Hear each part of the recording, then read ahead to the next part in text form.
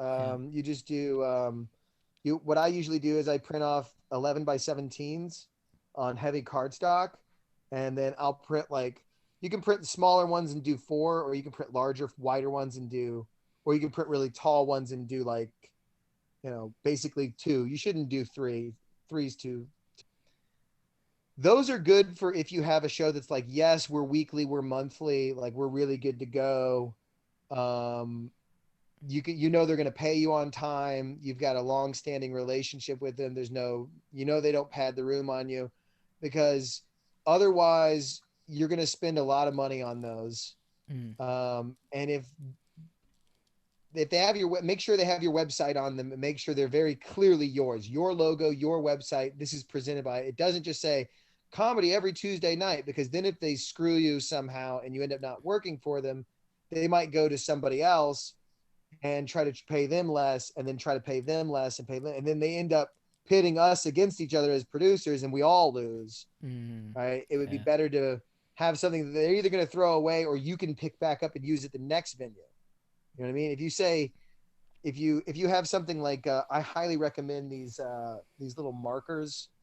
They're you can get them at Dollar Tree, that are chalk writers. They're like water. They're like a marker. They're like, you write wet, and then it dries as chalk. So you can Oh, write on like interesting. like any surface, Yeah. right? Yeah. Other than like paint or drywall, Yeah. like any smooth, hard surface, any kind of glass, any kind of wood, like so long as it's like painted or something like that. You could write on your laptop screen or whatever, and it would just wipe away when you're done. So what I'll do is I'll leave a little blank space on those cards, or even my larger signs, so that I can replace that information without having to make an entirely new sign. You can just update the pertinent information Yeah. and reuse them. So if you go, and you can even do that with posters to a certain extent, if you're like taping them up really well on glass. The only thing that why I don't do that is posters fade. So even if you're keeping it on the wall and keeping it updated, eventually it's going to start looking like crap. The other thing is, ads get old. After you've seen an advertisement so many times that's the same ad, you start tuning it out. It Yeah. just becomes part of the scenery. For sure. So I'd rather change that poster up and put the actual performers' faces on there that are coming next week.